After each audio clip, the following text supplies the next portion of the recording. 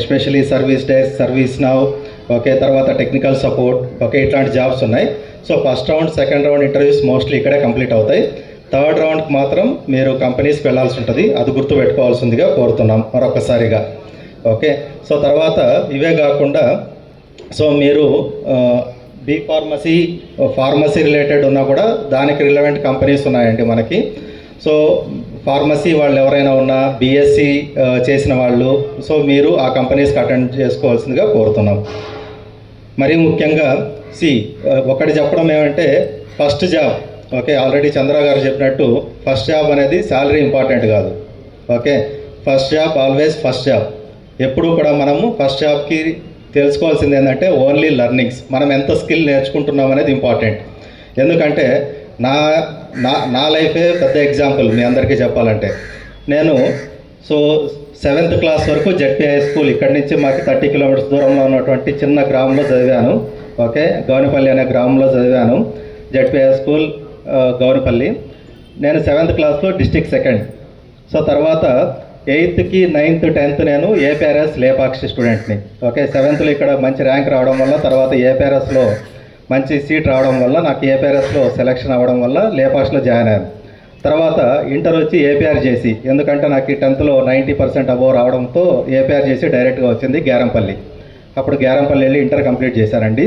తర్వాత డిగ్రీ కోసం అని చెప్పి నాకు నాగార్జున సాగర్కి వచ్చింది ఏపీఆర్ డీసీ, బట్ నేను వెళ్ళలేదు.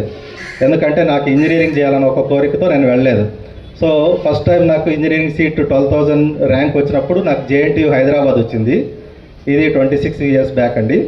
అప్పుడు వచ్చినప్పుడు మా నాన్నగారు నన్ను హైదరాబాద్ పంపించడం ఇష్టం లేక, అంటే దూరం ఒకటి, అప్పుడున్న పరిస్థితులు ఒకటి, సో పంపించలేక సో వద్దని చెప్పారు. డిగ్రీకి నాకు ఆర్ట్స్ కాలేజ్లో నాది ఫస్ట్ ర్యాంక్తో నాకు సీట్ వచ్చింది, ఎందుకంటే నాది 93% ఉంది కాబట్టి ఇంటర్లో. సో తర్వాత డిగ్రీ ఫస్ట్ ఇయర్ కంప్లీట్ చేశాను.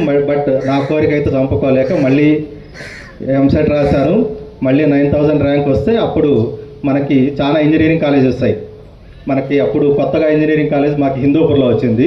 హిందూపూర్ మా ఇంటికి దగ్గరలో ఉంటుందని ఒక ఉద్దేశంతో హిందూపూర్లో అయితే జాయిన్ చేయించారు. అది ఫ్రీ సీట్ విత్ స్కాలర్షిప్ కాబట్టి. సో అక్కడ కంప్లీట్ అవ్వగానే నేను 2005 కంప్లీట్ అయిందండి. మా నాన్నగారు కోరిక ఏంటంటే నన్ను టీచర్ చేయాలని. బట్ నేను టీచర్ కావాలని నేను అనుకోలేదు. చిన్నప్పటి నుంచి నేను ఇంజనీర్ కావాలనుకున్నాను. సో మా నాన్న ఒకటే చెప్పారు, నాకైతే ఇంజనీరింగ్ చేసిన కంపెనీస్ ఏముంటాయో, లైక్ ఎక్కడ జాబ్స్ వస్తాయో నాకు తెలీదు, నీకు 500 రూపీస్ ఇస్తున్నాను, తర్వాత బెంగళూరులో తెలిసిన వాళ్ళ ఇంట్లో ప్లేస్ అయితే ఉంటుంది, మీరు వెళ్ళి అక్కడ ఉండొచ్చు అని చెప్పి నాకు 500 ఇచ్చి పంపించారండి. సో అక్కడికి వెళ్ళిన తర్వాత 2005లో సేమ్ రెసిషన్ జరుగుతుంది. చాలా ఇబ్బంది పడ్డాను. ఫస్ట్ ట్యూటర్గా జాయిన్ అయిన యాప్టెక్లో ట్యూటర్గా జాయిన్ అయితే, సో మార్నింగ్ ఈవినింగ్ ట్యూషన్స్ చెప్పడం, లైక్ ట్యూటర్గా క్లాసెస్ కండక్ట్ చేసుకోవడం. సో రిమైనింగ్ టైమింగ్స్లో నేను జాబ్ ట్రయల్స్ చేస్తుండేవాడిని. సో అట్లా 2 years గడిచిపోయింది. సో తర్వాత 2008లో నేను ఇంకా ఏదైనా కోర్స్ నేర్చుకుంటే బాగుంటుంది అనుకొని సో రూమ్ అండ్ టెక్నాలజీస్లో కోర్స్ చేసుకోవడానికి వెళ్తే అక్కడ 30,000 రూపీస్ అడిగాడండి అప్పట్లో. సో అందుకోసం అన్నకి అంత డబ్బులు లేవు అని చెప్పి నేనేం చేసేవాడిని, అర్లీ మార్నింగ్ ఒక పెద్ద అపార్ట్మెంట్ ఉంది, దాంట్లో కార్ సర్వీసింగ్ కాంట్రాక్ట్ తీసుకున్నాను. ఓకే, నా కింద ఒక 20 మంది పిల్లలు పెట్టుకొని అర్లీ మార్నింగ్ 3:30కి వెళ్ళేవాడిని, 7:30కి బయటకు వచ్చేవాడిని. ఎందుకంటే ఆ పిల్లలు కూడా వాళ్ళు ఫుల్ టైం జాబ్స్కి వెళ్ళాలి కాబట్టి, పార్ట్ టైం కింద వాళ్ళు కూడా నాతో పాటు వచ్చి అక్కడ నా కాంట్రాక్ట్లో పనిచేసేవాళ్ళు. అలాగా నేను కార్ సర్వీసింగ్ చేస్తున్నప్పుడు ఏమైందంటే ఒకరోజు ఒక ఆయన పిలిచి అడిగారు, ఏం చేస్తున్నాను ఇక్కడ అని. సార్ నేను ఇట్లా ఇంజనీరింగ్ చేశాను, ఇక్కడ కార్ సర్వీస్ కాంట్రాక్ట్ తీసుకున్నాను సార్ అని. ఎందుకు ఇంజనీరింగ్ చేసి నీకు నామోష్ అనిపించలేదా అని. సార్ నామోష్ ఎందుకు, సో ఇప్పుడు నాకు ఈ ఫీజు కట్టడానికి లేదు, సో 30,000 రూపీస్. హైదరాబాద్ ఎంతమంది రావడానికి రెడీగా ఉన్నారు? సో మేము కూడా హైదరాబాద్ నుంచి, బెంగళూరు నుంచి, చెన్నై నుంచి కష్టపడి ఇంత దూరం ట్రావెల్ చేసి, ఇన్ని అవర్స్ ట్రావెల్ చేసి రావడానికి కారణం ఒకటి, మాకు ఇన్విటేషన్ ఇచ్చిన పెద్దలకి ఒకటి ధన్యవాదాలండి. రెండోది మాకు రిక్వైర్మెంట్ ఉంది కాబట్టి ఇంత దూరం వచ్చాము. కాబట్టి ఇది మంచి అవకాశం.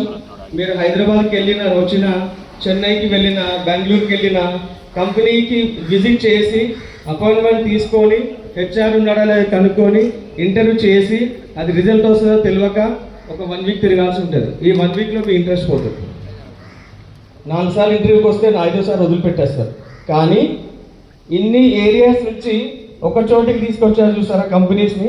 సో దీన్ని మీరు అప్రిషియేట్ చేయాలి ఒకసారి. అందరికీ మా హెచ్ఆర్ కంపెనీని ఆర్గనైజర్స్ అందరి తరఫు ఒకసారి మంచి కాల్చండి. Thank you. సో ఇలాంటి మంచి అవకాశాలు యూటిలైజ్ చేసుకోవాలి. ఎందుకంటే మేము ఎవరో ఎక్కడెక్కడి నుంచో వచ్చిన వాళ్ళం, ఒక చోటికి వచ్చినాం. ఇది మంచి అవకాశం ఇది. సో ఇక్కడ మనకి ఏమేమి కంపెనీస్ వచ్చాయని కొంచెం నేను క్యాంపస్ వైజ్గా నేను కూడా ఎక్స్ప్లెయిన్ చేస్తాను. సో మీరు ఏంటంటే ఉన్న వాళ్ళు ఎవరైతే అందుబాటులో ఉన్నారో, ఇక్కడ ఉద్యోగాలు ఎక్కువ ఉన్నాయి, స్టూడెంట్స్ తక్కువ ఉన్నారండి. నమ్ముతారా? ఉద్యోగాలు ఎక్కువ ఉన్నాయి, స్టూడెంట్స్ తక్కువ ఉన్నారు. ఇది మంచి అవకాశం.